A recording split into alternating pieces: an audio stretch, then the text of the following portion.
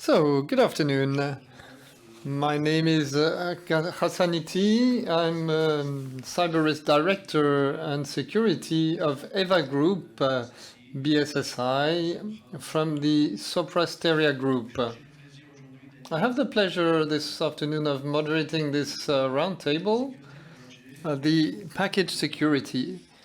For many people, it's like a bag of souvenirs that you carry away from the FIC. You no longer remember what is inside: pens, stickers, sweets. We don't know what's inside, and we don't know if we're going to use it when we go back to the hotel.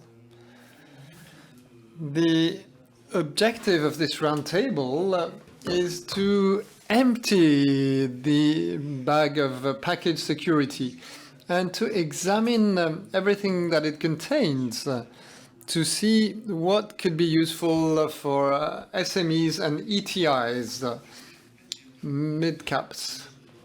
And for this, I have the pleasure of welcoming Mr. Xavier Poinsignon to my right.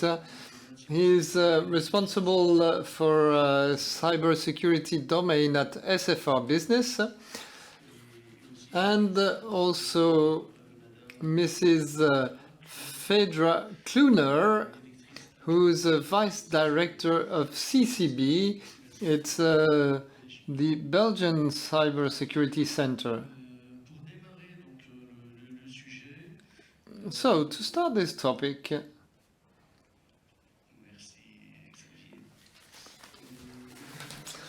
roundtable, in 2020, according to ANSI, 43% of SMEs have noted a security incident.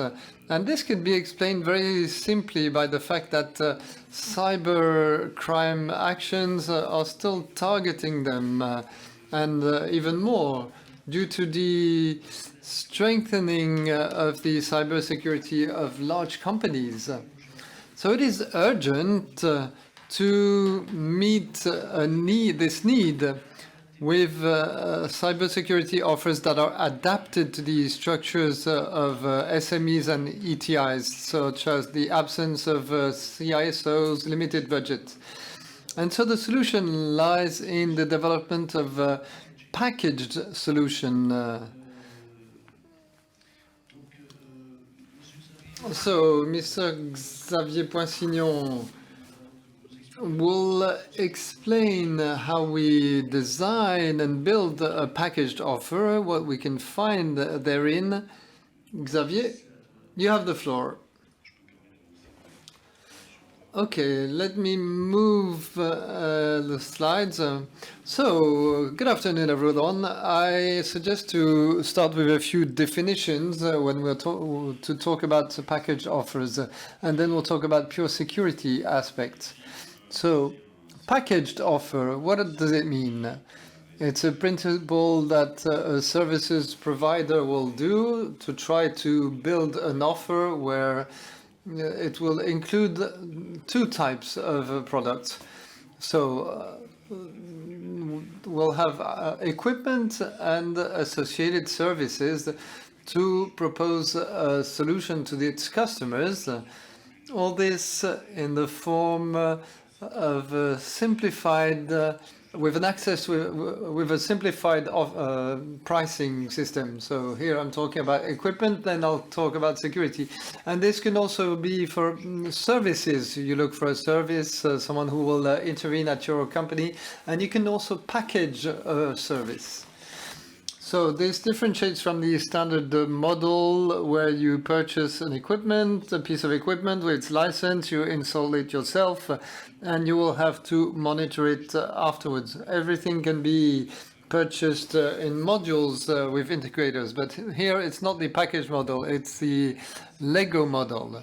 We can have an analogy with the service. So if you buy a service, you can purchase service provider paying by the hour or days of work. Package offers regroup everything and starts from the customer's needs in order to propose a concept with a principle of simplified subscription or more optimized tariff. That's it for the definition. We can also talk about bundle. Service providers will try to bundle services because it might be more interesting financially, it might be more comprehensive to explain to the customer that everything is needed. Hence my analogy with the fixed bag or the cardboard box that holds everything. So how can the provider build a package offer? So he knows that he was going to sell the package offer to different customers. First, they will analyze the customer's needs to understand what the customer's needs, because they need to determine the content. It's not tailor-made solution. It's not to meet all the needs of the clients. It's just to meet one need and answer it. And to be more concrete, faster and optimize its package model, he will try to find a model on the basis of a platform. So a platform to be able to put the package service that will be used by several customers. So a platform is a tool that we pool, and there are equipment manufacturers that propose this, then virtualization that simplified greatly this principle of putting several customers on the same platform. It will also pool the teams behind the solution, because since it's the same service that is proposed to several customers, we can put a central shared team that will do more or less the same work. So we gain in efficacy, in cost, and we are always able to propose an interesting price. And that's the topic for today. It's to offer services that could be accessible in Lego mode, but with limited budget. So with the platform, we pool the teams. We're going to also simplify the work of the teams by working on automation and templates, because when we have defined a framework of offer, we know that we'll have always the same thing to do. So we can pre-install things. You don't have to say, I'll do something specific to this customer or that. We industrialize everything. So it leads to a certain constraint, because the customer cannot do anything with the package offer. They have to make do with the scope. The best service provider is to have the broadest scope possible, but there's always a difference with when you own your equipment and when you want to do, you can do everything you want. But the objective is to be in adequation with the requirements of the target to which we're going to offer this service. That's it for the package offer. If we enter into the details of cybersecurity, we can understand what is the challenge of these entities to which we will propose the offers.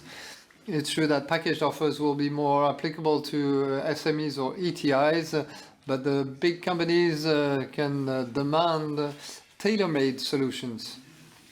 The reality of security today, for the security solutions and services, we have to note that more and more, because there's the evolution of the threat that has been more sophisticated, the security solutions have become more sophisticated. So it's even harder to manage a security solution.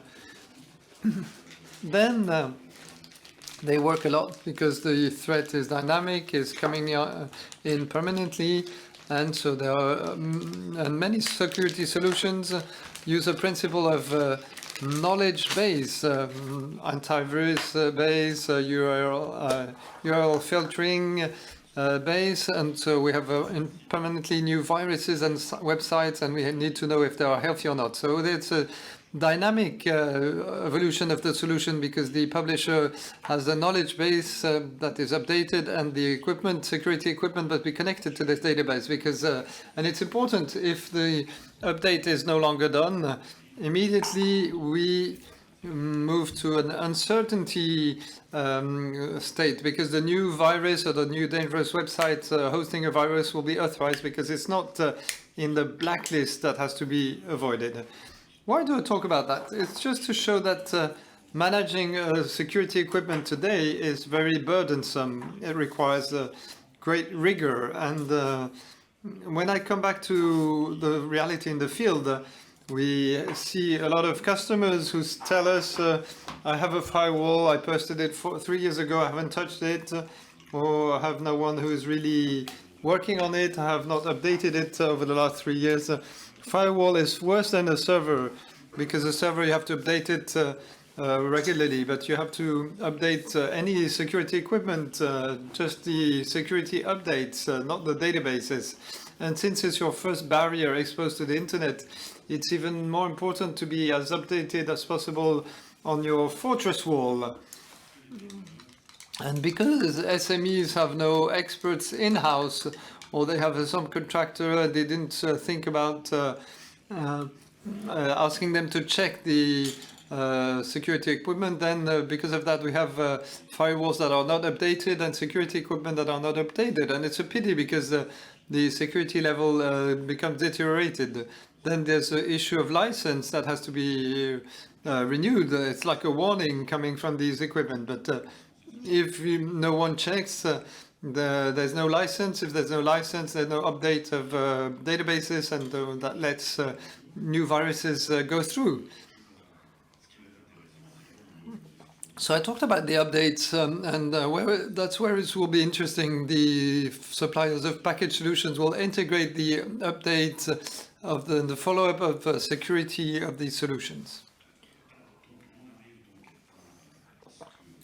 So let's talk about what these entities will be looking for, because they don't have the means. There's the absence of CISO or even any IT expert who can choose what security solution I need, and monitoring this security solution to guarantee a correct operation. Then there's investment capabilities. The model of a package solution is under the form of a subscription. It's easier to pay a small subscription per month instead of 10,000 euros in a firewall for the entire installation. So that's a reason for choosing the package solution. Then the time to dedicate, and there are companies that are larger, like ETIs, and they say, I have no chance of having an expert in my company, and we know the lack of talent, and the salaries are very high, the availability is very low. So it's better not to try and have these resources in-house. It's almost obligatory to externalize this expertise. And I would like to finish my presentation with the hidden costs, because maintenance in operational level, if the company wants to be serious, they shouldn't compare the price of a package solution by saying, I'm going to purchase myself the equipment and manage it myself. They won't do it because they won't have the time. And if they would like to activate it because they have to update it, it's the multiple intervention of the service provider that will raise the budget. And if you compare over 3 or 5 years, the price difference, everything you had forgotten that you needed to do to update your solution is high. So I like to use an analogy with the car. We all purchase cars. You have the choice. Either you purchase it yourself and do yourself the oil change on repairs, etc. You can imagine how much maintenance will cost, and it's more and more expensive also for cars. Oh, you adopt the LOA or LDD, the long-term rental. You purchase Serenity for 3 years, everything is included. After 3 years, you can change car. And the packaged offer will offer the same simplicity and ease of use in the management. And if there's a problem, it's the service provider that will have to maintain your service up and running to enable you to continue working, to have your security that is working as on day one. So, if in the field of security, what do we have within a package solution? You have a certain number of security services that you will have to select, that will have different security functions. often in the form of a subscription. Advantage is no initial investment. Of course, we'll ask you to commit to a certain number of months, but there's a smoothing of investment, which translates into the fact that we maintain the service up and running during the subscription time. There's a price, of course, which is the best quality price or content price ratio. And you can compare with the simulation that the company could do if I purchase myself and take into account all the hidden costs and have a good value for money. Then there's the support. We try to highlight the fact that in a package offer, support is included because a security solution can have a bug. We might try and do a configuration which we can't do because you have to make it compatible with the Windows X version, the Y email solution, and result you're in front of your computer alone, and like when you purchase a car on your own, you can call a call center and you're not a priority. That's the job of the security provider, and they are obliged to make it work and in 4 hours or whatever time has been agreed. So you have a serenity, a peace of mind, because you know that someone will help you.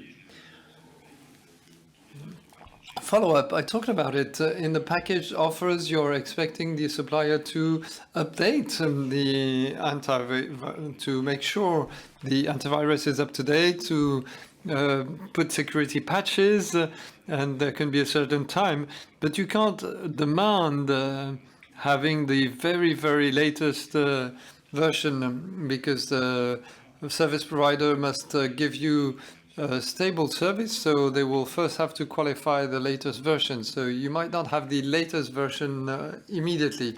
You could find that in the cloud, because it's the publisher that changes versions.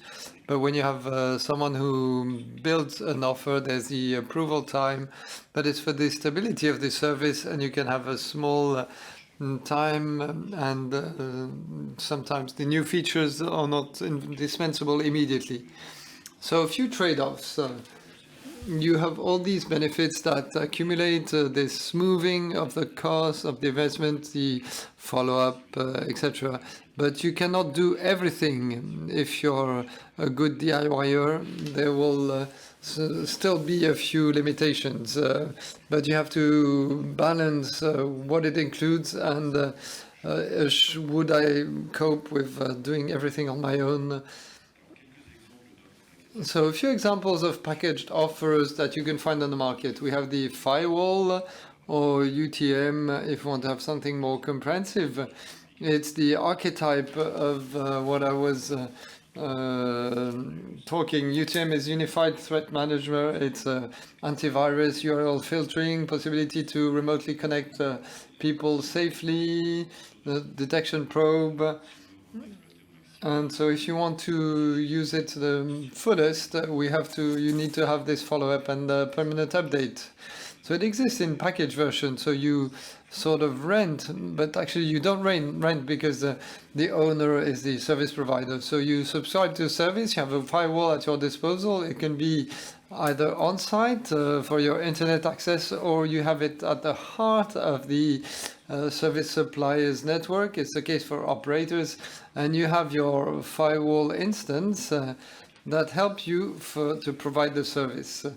That helps you with the service, and for the service it's up to the service provider that needs to update it, to adapt it to the flows that have to be protected, and that's the specificity of the service offers. I talked about the hidden costs, but here you have the possibility to change the offer according to the evolution of the company.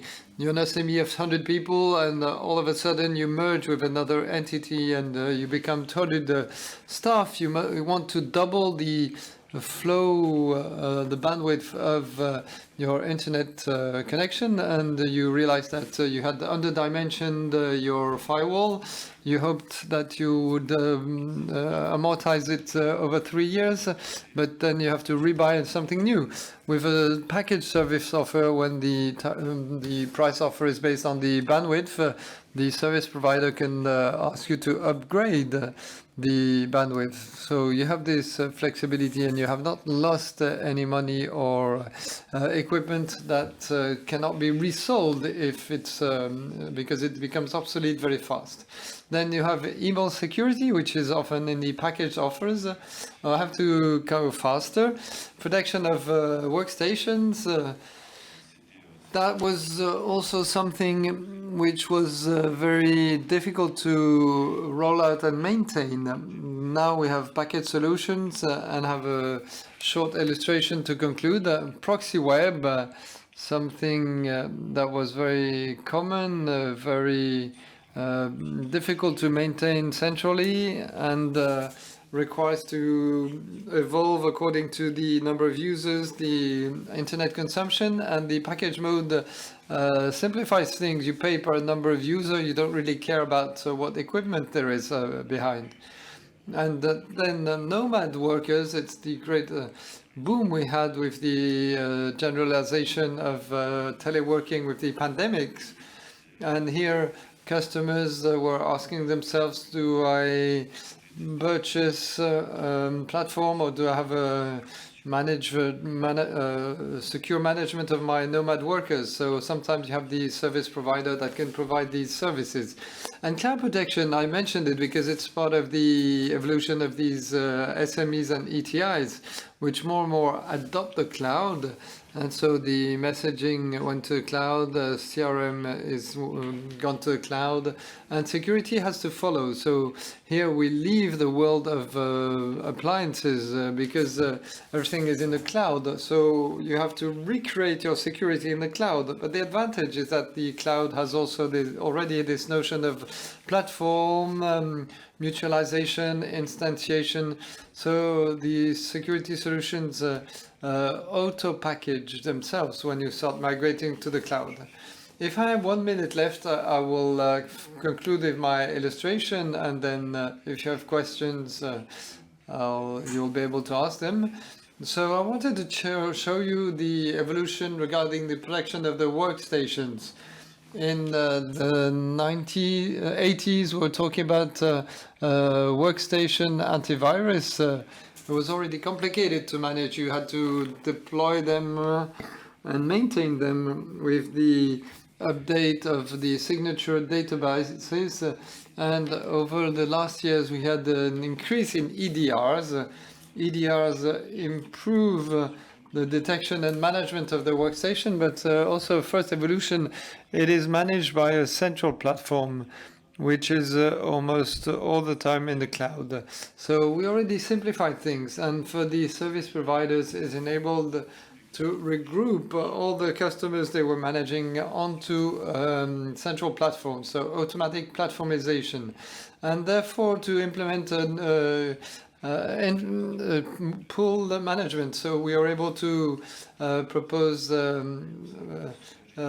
package ETR, and this is great for ETIs because it simplifies the things for the ETI.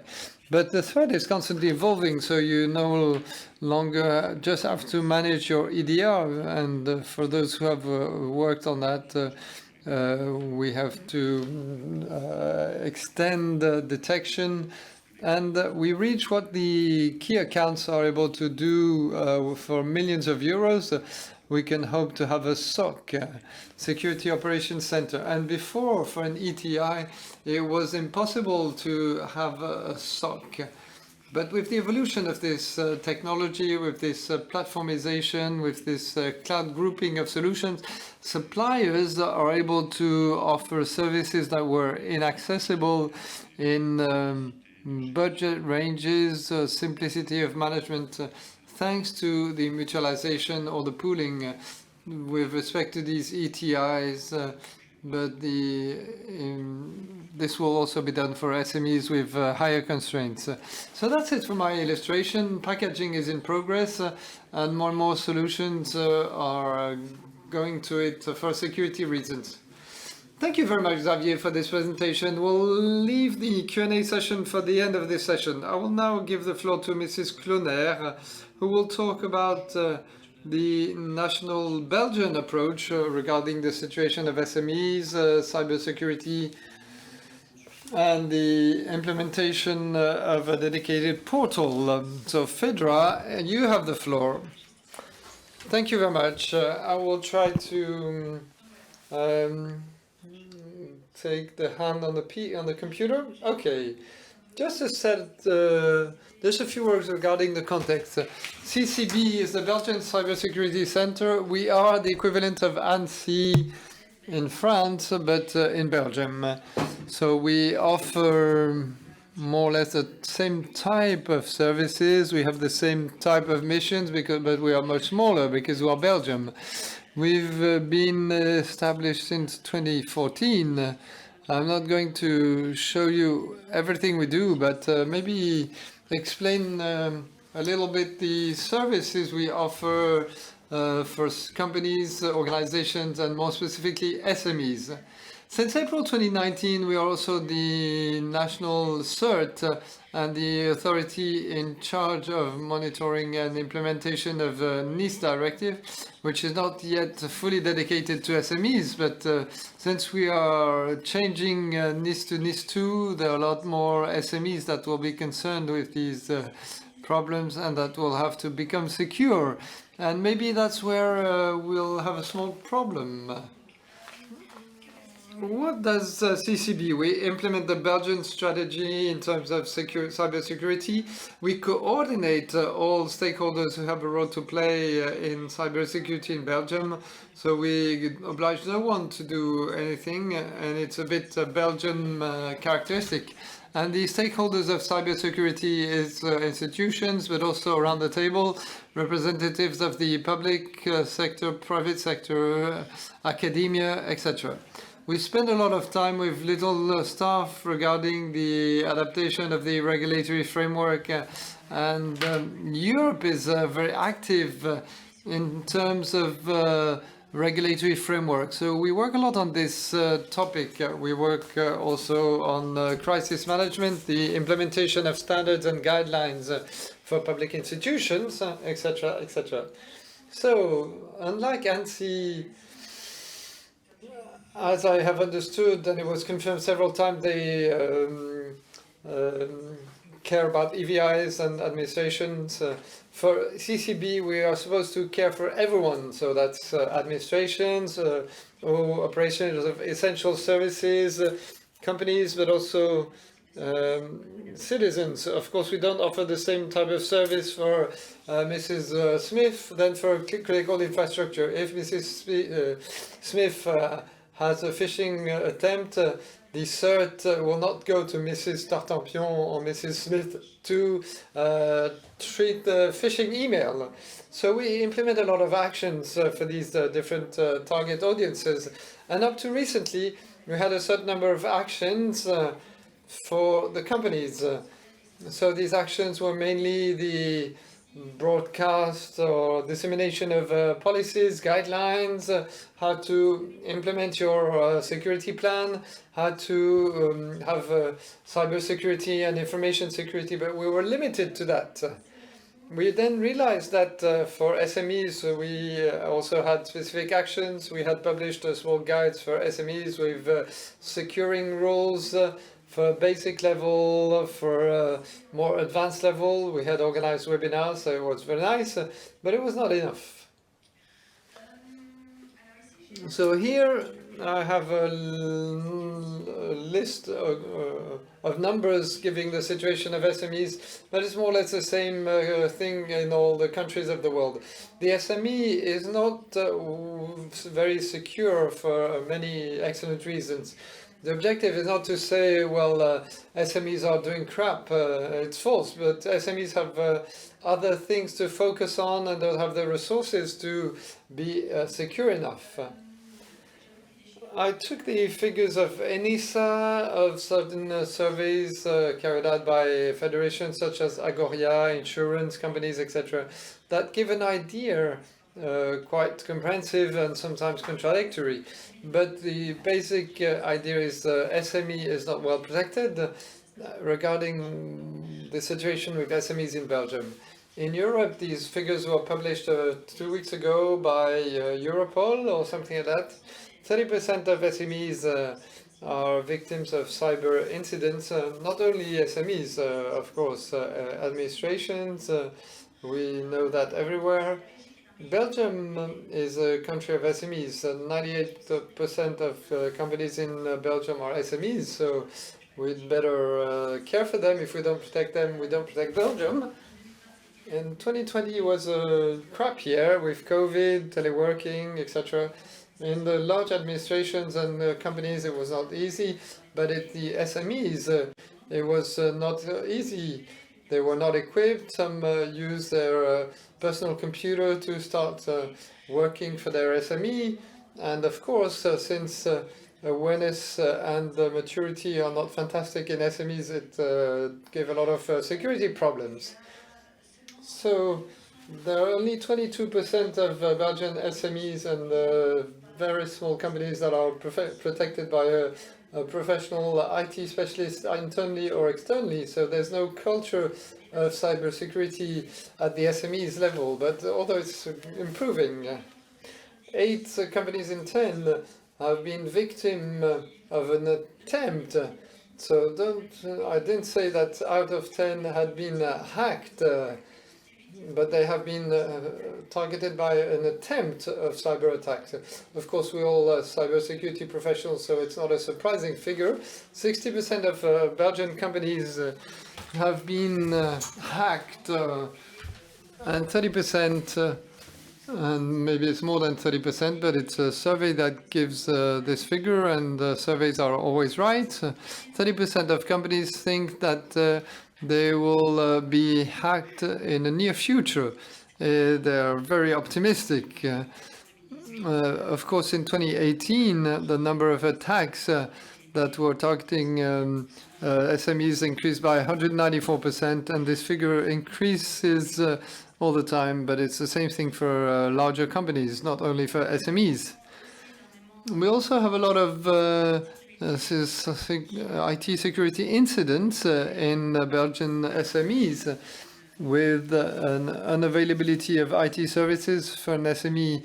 It can be a big issue, destruction or corruption of data, and the dissemination of information that are confidential or of a personal nature, because we have all these issues related to GDPR. Micro companies, 10% of micro companies have had a cybersecurity incident. So all these figures are beautiful, but the figures are just the visible part of the iceberg, because a lot of SMEs tell nothing, but a priori the CCB is more in charge of critical infrastructure, administrations, etc. And there are a lot of SMEs that say nothing. A lot of other SMEs know nothing. They are victims, they don't know what to do. And we don't know exactly what are the official figures in this respect. So I continue with the figures, or have we understood that not everyone is well secured?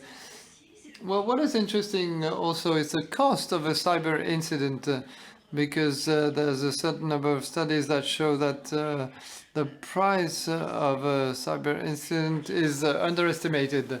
It's a server you need to replace, but you have all the related costs, the unavailability of a service. If we do online trade, the fact that we've not been able to sell for a certain number of days or weeks. And so it's a very complex situation. So it's very difficult for victims to assess the total cost of a cybersecurity incident, all the more for SMEs.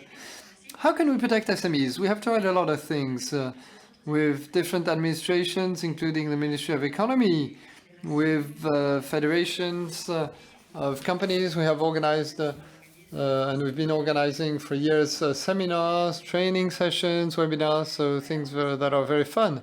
But we realized that it was not so effective, because SMEs are really focusing on a business, and they don't have the time to send someone they don't have, in most cases, to these kinds of seminars, to know what are the dangers, to know how to be protected, to know that cyber threat is not cool. So it's something we notice with the SMEs. We have difficulty in working with them. So we've at CCB we have a practical approach, and we decided to implement something very handy.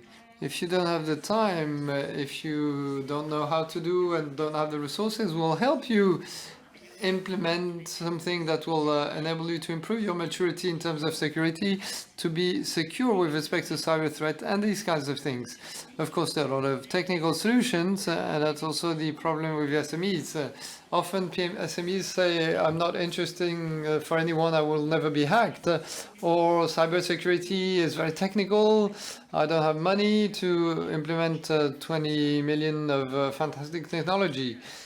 So we have this dramatic aspect of cybersecurity. First, people say, I won't be affected, and then they say, I don't have the resources. So we'll try to think instead of SMEs. Large companies are quite well in charge of the cybersecurity. Same thing for SMEs, but we must help SMEs. And that's what we did with a platform or portal where I was proposed, but that's really work in progress. I'm just about to spoil something very important. We'll start implementing it at the beginning of next year. We'll offer via portal a certain number of services. We have a very nice concept regarding at the CCB, which is spear warning. Instead of having targeted phishing campaigns, we have notification of problems that are targeted. We pay a lot of money for many sources of information, but we also have free sources of information with all our partnerships and the community sharing a lot of information. In this document that we receive information about vulnerable IPs. And we have to do something with this information. So the objective is that SMEs who so desire give us their IP range. And when we have information regarding their IP addresses, we tell them, oh, be careful, there's a problem for you. You have this IP which is vulnerable, this one that is infected, so you must do something.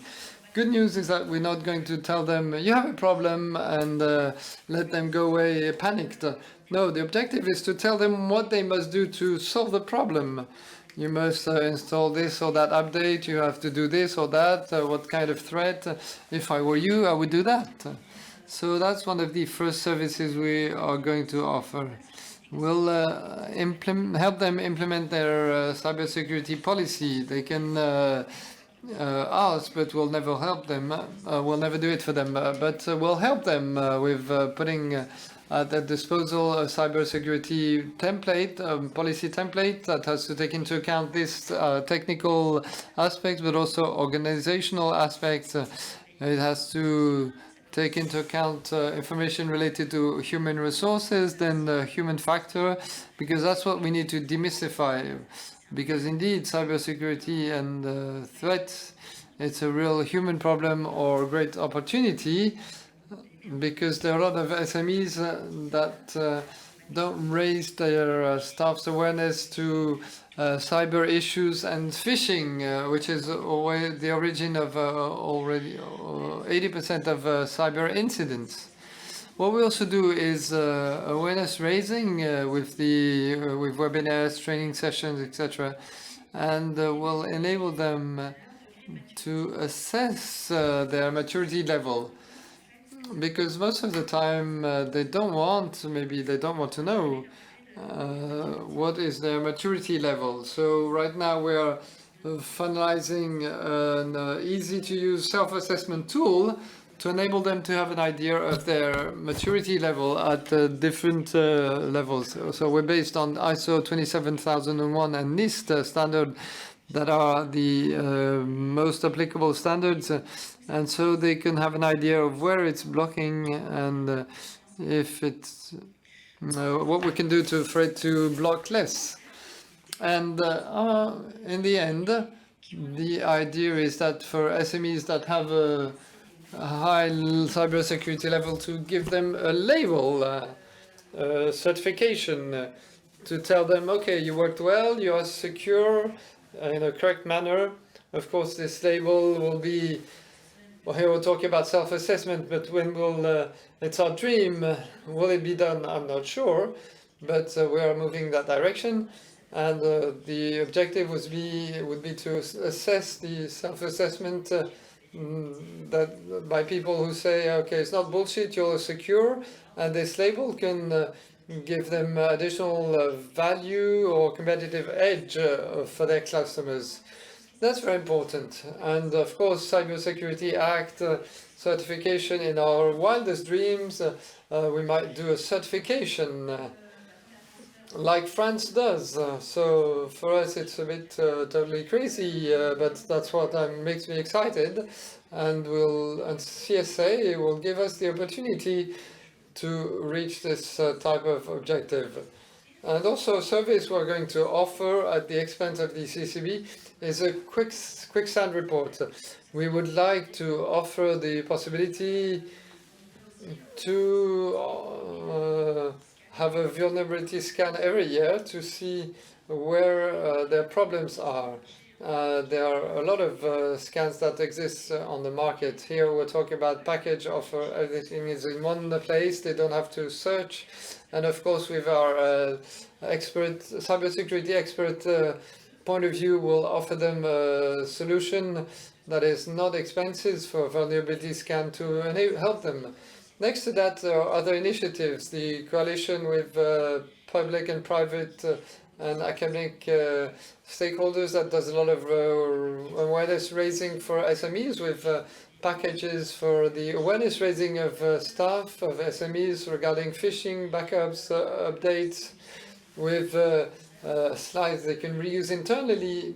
SPF Economy, the Ministry of Economy, that does a free cyber scan and a self-assessment of very high level to have a very quick overview of what is successful and what is less successful. And that's really for very small companies up to 50 users. And the Walloon region that has a fantastic project called Keep It Secure, where the Walloon region funds partly the use of experts to help the companies in implementing security measures, do audits, etc. And Flanders is doing the same thing. It's not so successful because we don't have yet the idea of SMEs to go to the region and benefit from these services, but it's in progress and it's currently being implemented. So this is what, in short, we do in Belgium. Okay, says Hassan Giti. Thank you, Fedra. Thank you, Xavier, for your presentations. So now we have a Q&A session that is open. We have 2 microphones and we will make them go around the room.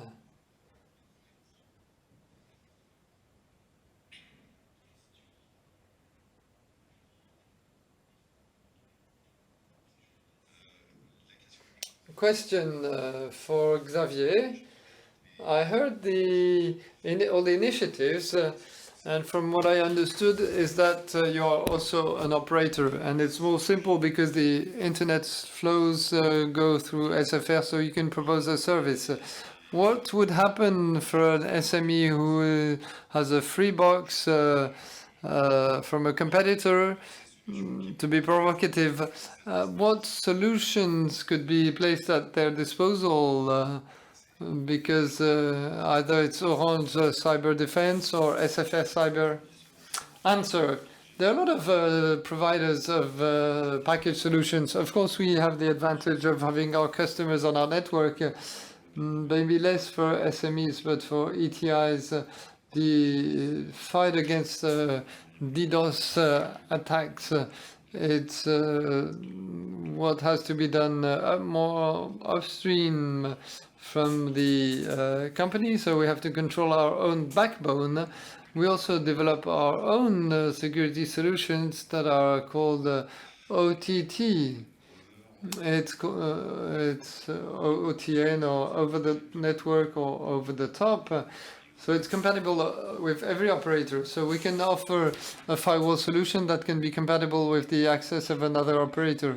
I was talking about solutions to protect messaging systems. We are on Office 365, and with whatever service provider can offer a package solution for Office 365 because it's in the cloud.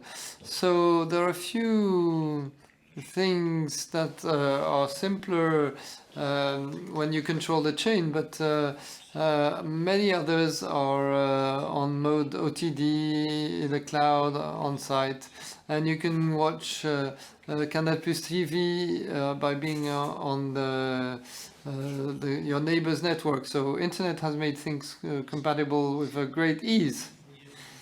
Gassan says, how do you see the evolution in the future of the packaged offer? Answer, the cloud is evolutionizing things. It has already made a revolution on apps. Everything goes there. We see the movement, and security is following on. It has to adapt what is in the cloud, but security itself is more and more in the cloud. I can quote a concept that appeared a few months ago. Maybe you heard about SASE, which is the fact of producing directly security in the cloud, and security bricks. That's the publishers that built this model, and all the cloud benefits are already on board. So it's like auto-packaged, very easy to subscribe. You pay per number of users, and then you just have to tick, I want firewall, I want DSP, CASB, web filtering, and all this is produced in the cloud. And it's like Microsoft 365 of security. And so you'll have your Word, Excel, that's the security elements, and it's a revolution that is in progress. You shouldn't be afraid of going to the cloud because everything is treated and secure, but security is gradually moving to the cloud. And maybe you should go and see how it worked for the applications. Are there other questions?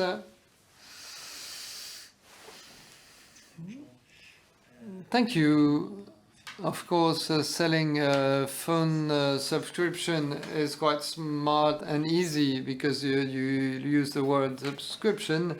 But when we talk about cybersecurity, each company has different needs and the type of positions.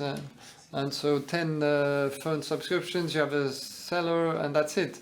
Here you'll have to work some time with the technician. So how can you make that smart enough for your subscription offer? Well, it's really the problem of the operator. Here we wanted to remain generic for any service provider. We, as an operator, will try to bundle things. We sell internet access, so why can I not propose a firewall in the end? Because it can blend into your network, but it will be difficult for me to move to the single workstation. So I can control a smartphone. I'm legitimate to sell you the mobile phone, but I might be legitimate to propose a security solution on smartphones. On the cloud, it's more difficult. But again, there are a lot of service suppliers, and competition is working its way, and it's up to you to choose the one well, the company that is interesting, not only the CISO, but everyone. And everyone will push in favor of the subscription option. Thank you very much. Do you have other questions? Yes, I see that both approaches are complementary. In Belgium and in France, it's the same. And I consider that for awareness raising, we are very late, we are very poor with respect to other countries like Argentina, Canada, France, and also in Belgium. you have initiatives that are not working, so we have to more and more raise awareness from the school. Children, teenagers, companies must turn towards solutions, be they packaged or not, and for cybersecurity no longer to be inaccessible. And when I leave my car, I don't leave the keys on my car. So it's as simple as that. And to help companies and have more solutions, we need to have more initiatives of awareness raising with ANSSI DGSI in France, CCB in Belgium, cybermalveillance, and also we must have an easier way to file a complaint. It has to become natural. I would like to see the awareness raising to the solution. Answer. It's also part of my questions to you, Fedra. How can we succeed in working with SMEs? Answer. Maybe we're not going to visit every single SME in Belgium, but we'll continue working on this notion of awareness raising of SMEs.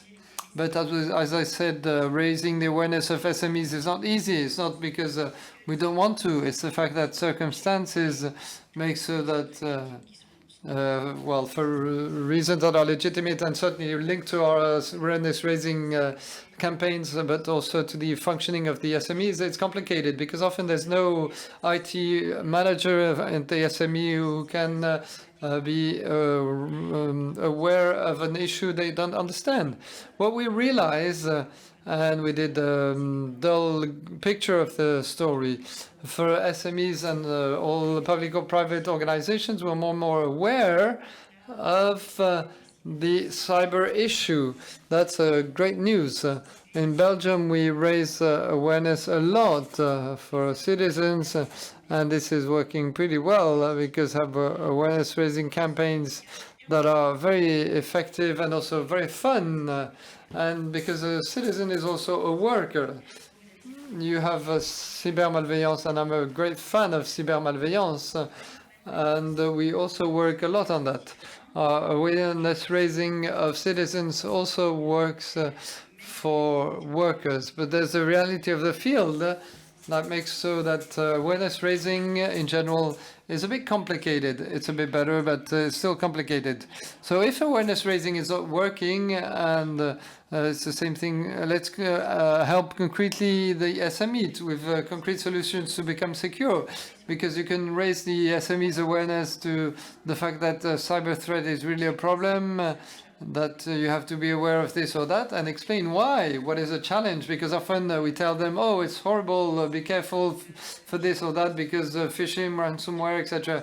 But we have to explain to them very concretely and in a very clear language what are the concrete consequences. If you have a data leak, there are consequences with GDPR, but it also depends on the sector where the SME is working. So we're working on these cyber topics, and we work a lot with the regions, because we work at the national level, but federal level, but we have invited the local companies to regional companies to come on board. So we work at the federal level, but it's the regions who know, and they have the responsibility for the SMEs.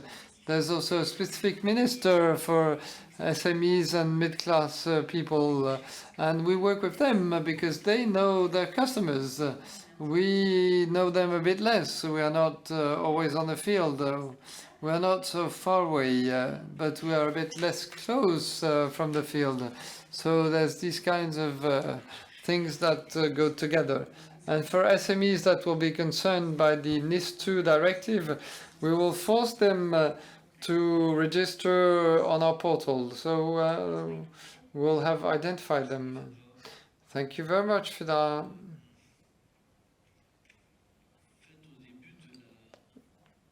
Well, on the website of the presentation of this roundtable, we have asked a question.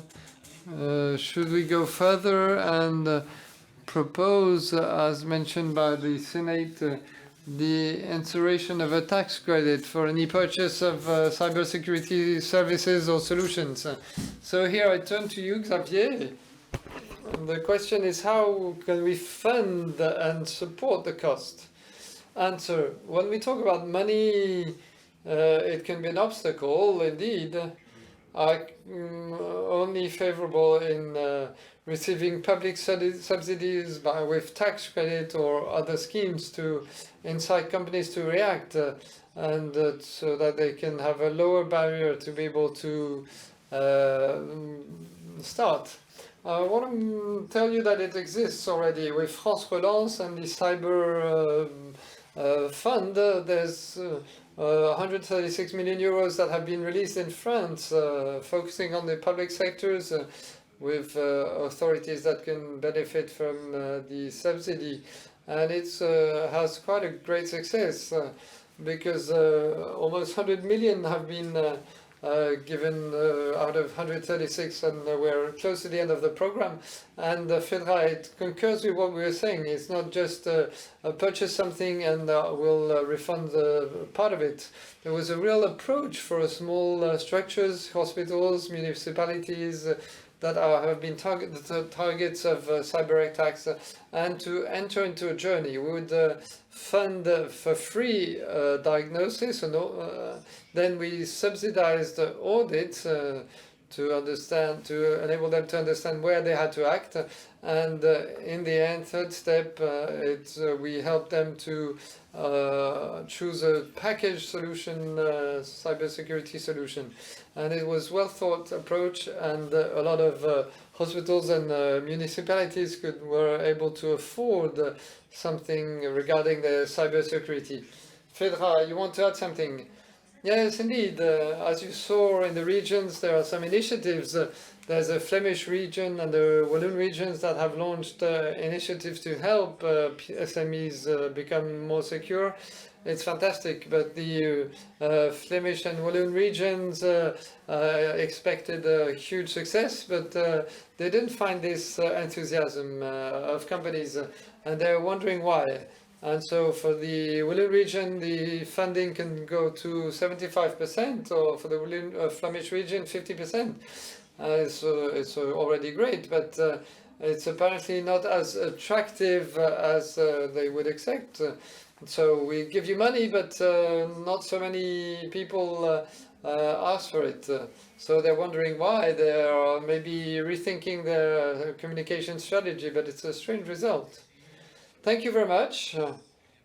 If there are no burning questions, well, I invite you to visit our stands of SFR Business, of CCB, and of Soprasteria.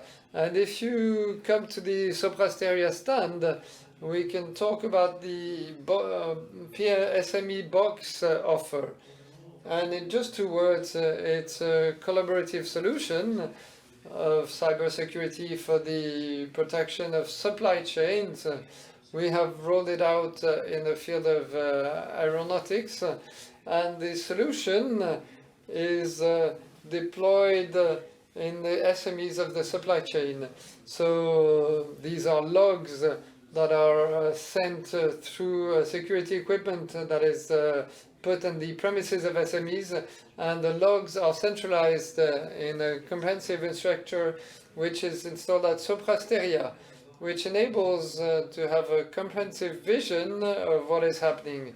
So when there's an IOC indicator of compromise that isn't identified, the information is shared within all the SMEs. Hence, the collaborative aspect. Thank you very much for your participation and your attention, and we will close this roundtable. Thank you.